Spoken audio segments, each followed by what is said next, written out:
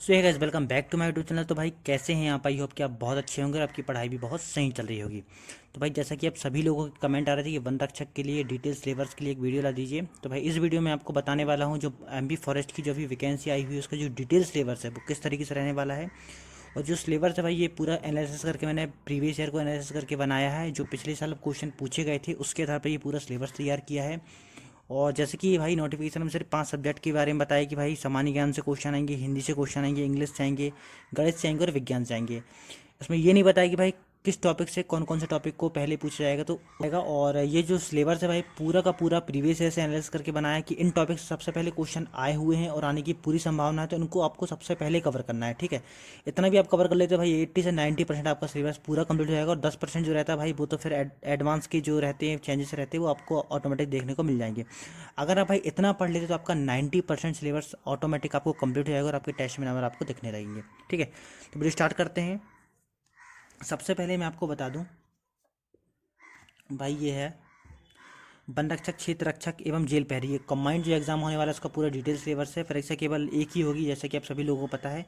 आपका जो सिलेबस है भाई 5 भागों में डिवाइड किया हुआ है। कोई भी एग्जाम को क्लियर करने से पहले भाई उसके कोई भी एग्जाम को देने से पहले उसके सिलेबस के बारे में संपूर्ण जानकारी होना चाहिए, तभी आप कोई भी एग्जाम में एक अच्छा स्कोर तक जा पाते हो।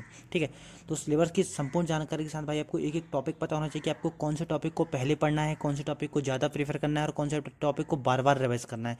क्योंकि उन टॉपिक को तो आपको छोड़ने नहीं है। भले आप जो टॉपिक जिनसे नंबर ऑफ क्वेश्चन की संभावना हमेशा कम रहती है आने से, उनको आप थोड़ा सा कम पढ़ के भी काम चला सकते हैं, पर उन टॉपिक को सबसे पहले कवर करना है और बार बार रिवाइज करना है जिनसे क्वेश्चन आपको हर बार देखने को मिले हैं। ठीक है, तो भाई सामान्य ज्ञान आएगा आपका पहला भाग, दूसरा आपका हिंदी आएगा, तीसरा इंग्लिश आएगा, चौथा गणित आएगा और पांचवा विज्ञान आएगा। इन 5 भागों में आपका पूरा सिलेबस डिवाइड है।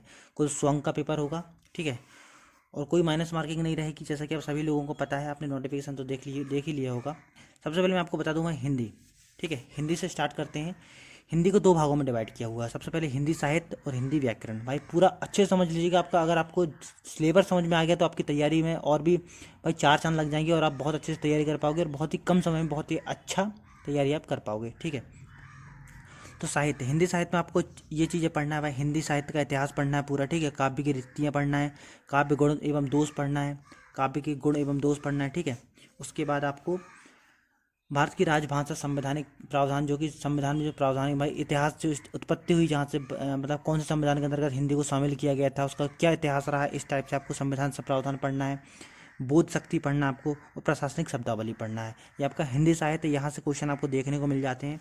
उसके बाद भाई जो आपका व्याकरण है, यहाँ को इसको तो आपको बहुत अच्छे से तैयार करने का पूरा वेटेज इसका ज़्यादा रहता है, फिर भी नंबर ऑफ क्वेश्चन यहाँ से देखने को मिल जाते हैं। तो मैंने आपको हिंदी साहित्य का भी एक अलग से पोर्शन बता दिया कि आपको इसको पहले कवर करके अलग कर देना, फिर पूरा फोकस इसमें करना है। ठीक है, व्याकरण भाई वर्ण विचार, स्वर व्यंजन, शब्द विचार के अंदर आ जाते हैं। उत्पत्ति हो गया, प्रयोग हो गया, अर्थ के आधार पर जो शब्दों को उत्पत्ति हुई वो किस तरीके से हुई। ठीक है, उसके बाद वाक्य विचार आ गया, संधि, समास, उपसर्ग, प्रत्यय, वाक्यांश के लिए एक शब्द, शब्द युग्म, मुहावरे, विराम चिन्ह।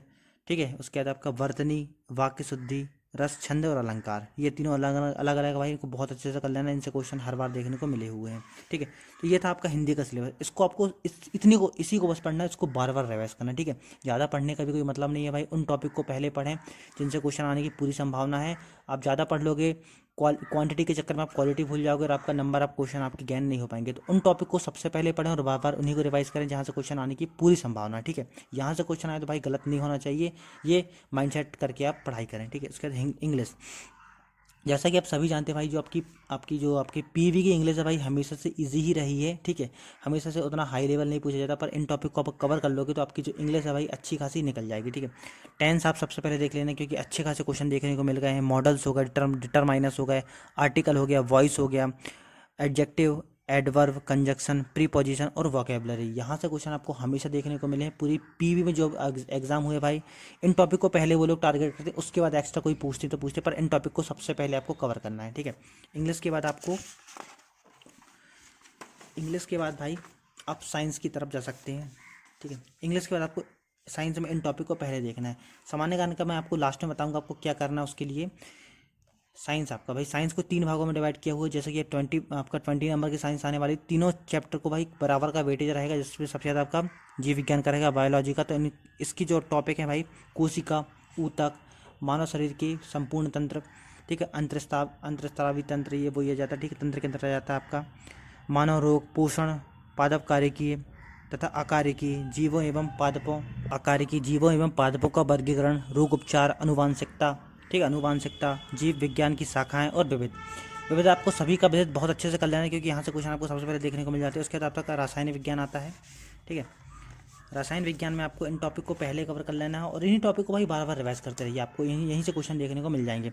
परमाणु संरचना, रासायनिक बंधक, अम्ल क्षार लवण, तत्व यौगिक, कार्बन एवं उसके यौगिक, ठीक है, रेडियो सक्रियता, जैव अणु, द्रव एवं उसके गुण, धातु, अधातु और विविध। भौतिक विज्ञान में आपको गुरुत्वाकर्षण, न्यूटन के नियम, कार्य, ऊर्जा शक्ति, तरंगें, ध्वनि, प्रकाशिकी, विद्युत, चुंबकत्व, ठीक है, मापन, मात्रक मापन और विमाएं, गति और विविध। विविध आपको तीनों का अच्छे से देख लेना भाई, किसने किसका आविष्कार किया, ठीक है, कौन से सन में किया, ये चीज़ आपको विविध में आ जाएगी। उसके बाद आता है आपका भाई मैथ्स आता है, ठीक है। मैथ भी एक बहुत अच्छा रोल प्ले करेगा आपका सिलेक्शन को लेके। आपको इन टॉपिक को बिल्कुल नहीं छोड़ना, यहाँ से हर बार क्वेश्चन देखने को मिले हैं और पूरी संभावना भाई इस बार भी यहीं से क्वेश्चन पूछे जाएंगे।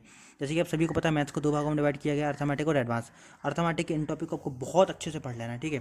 प्रतिशत, अनुपात, लाभ हानि, साझेदारी, ब्याज आपका CISI आ जाएगा इसमें, ठीक है। समय, कार्य, औसत, पाइप, टंकी, समय, चाल, दूरी, नाव, धारा, ट्रेन, सरलीकरण, संख्या पद्धति, आयु, मिश्रण और मिश्रण पद, मतलब चैन रूल वाले जो आते हैं ना, मिश्रण पद। उसके बाद एडवांस, ठीक है। एडवांस में भाई आपको क्षेत्र मिति 2D 3D दोनों देखना है, ज्यामिति, निर्देशांकों के बीजगणित, प्रैक्टा, LCM SCF, द्विघाती समीकरण, घातांक करनी नियम, ठीक है, विभाजकता के नियम, घातांक करने के जो नियम भाई पूरे कंप्लीट कर लेना। बहुपद, ध्रुवीपद हो गया, क्रमचय, संचय, मध्य माध्यिका और बहुलक। मैथ्स में आपको यहाँ से बाहर जाएगा नहीं, आपको बहुत अच्छे से इनको अगर आपने कवर कर ली तो आप पूरे नंबर ला सकते हो मैथ्स में, ठीक है। आपके भाई 4 सब्जेक्ट कंप्लीट हो गया। उसके बाद मैं आपको बताता हूँ आपका जीके में आपको क्या करना है। जैसा कि आप सभी जानते हैं जीके का सिलेबस भाई अपने आप में बहुत बड़ा है, अगर आप उसको पढ़ने बैठोगे तो आपके पूरे सब्जेक्ट आपके डिस्टर्ब हो जाओगे, ठीक है। आपकी तैयारी भाई, अगर आपको भाई टारगेट करना है तो 4 सब्जेक्ट में बहुत अच्छे टारगेट करो, और जो आपका जो सामान्य ज्ञान है उसको आप कम समय में दोगे तो भाई चल जाएगा। जैसे कि आप सभी को पता है सामान्य ज्ञान में इतिहास, भूगोल, अर्थव्यवस्था, विविध आपका संविधान मध्य प्रदेश, ठीक है, ये सब आते ही आते हैं। तो आपको पहले MP में फोकस करना है, MP का जो पूरा जीके उसको कंप्लीट कर लेना है, करंट अफेयर अच्छे से देख लेना है, स्पोर्ट्स से जो क्वेश्चन आते हैं भाई इनको देख लेना है, मिसलेनियस वाले जो टॉपिक उसको अच्छे से कवर कर लेना है। तो जीके तो भाई ऐसा कोई फिक्स नहीं है सिलेबस, वो कहीं से पूछ सकता है, पर उसके जो इंपॉर्टेंट टॉपिक हैं जहाँ से क्वेश्चन आने की पूरी संभावना, उसके लिए मैंने एक वीडियो ऑलरेडी बना चुका है। आप उस वीडियो में जाके सामान्य ज्ञान मध्य प्रदेश के इंपॉर्टेंट टॉपिक को आप वहाँ से देख सकते हो। ऑलरेडी मैंने दोनों का बना दिया है, आप वहाँ से देख सकते हो, उन टॉपिक को कवर कर लेते हो तो आपके नंबर अच्छे खासे आपको देखने को मिल जाएंगे।